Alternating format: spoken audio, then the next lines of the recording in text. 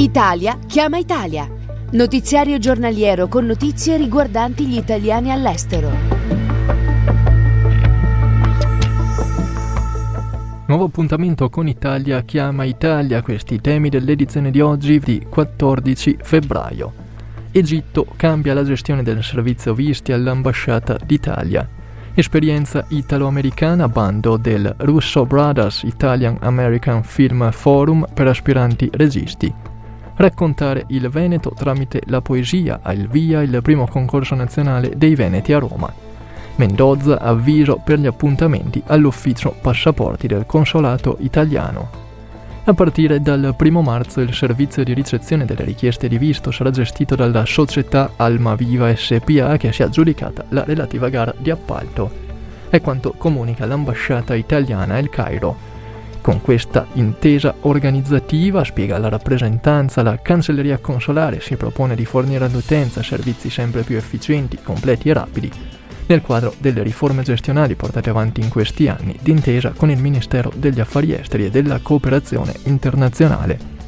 La sede diplomatica anticipa che nei prossimi giorni saranno comunicati i nuovi contatti di Almaviva per la prenotazione degli appuntamenti al centro del Cairo, a partire appunto dal 1 marzo.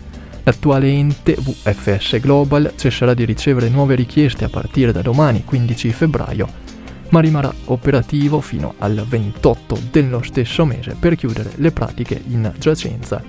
Per comprovati casi di emergenza correlati all'erogazione di visti, conclude l'avviso, si può comunque scrivere all'indirizzo email visti.cairo@esteri.it.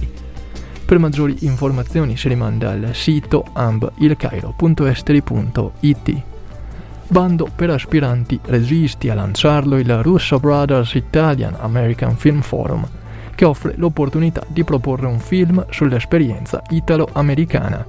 I partecipanti selezionati riceveranno un finanziamento di $8.000 americani come budget per la produzione della storia, da realizzare per il grande schermo. Pochi paletti fissati per il contenuto del potenziale film, la richiesta è di mettere in risalto alcuni aspetti dell'esperienza italo-americana.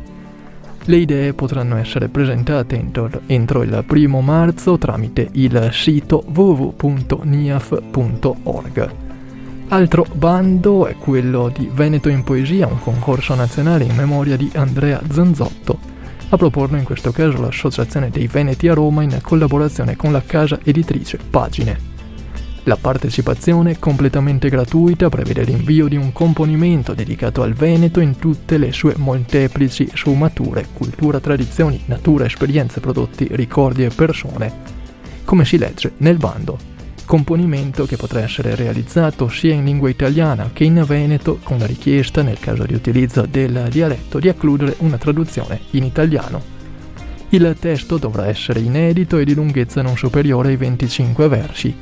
Al primo classificato sarà assegnato un premio di €500, al secondo di €300, al terzo di €200. Tutti i premi saranno riconosciuti metà in denaro e metà in libri editi da Pagine.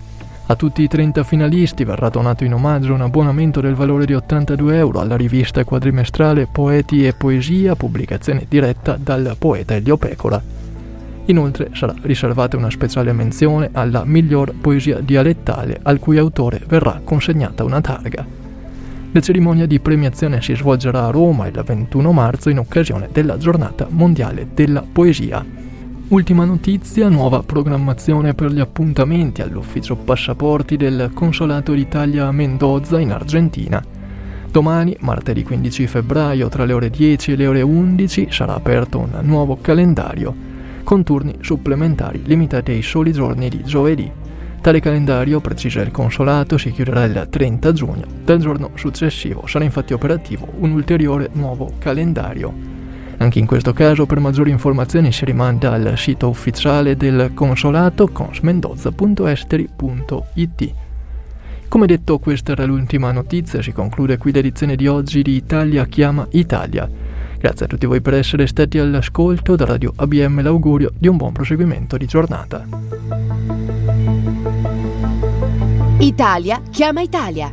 Notiziario giornaliero con notizie riguardanti gli italiani all'estero.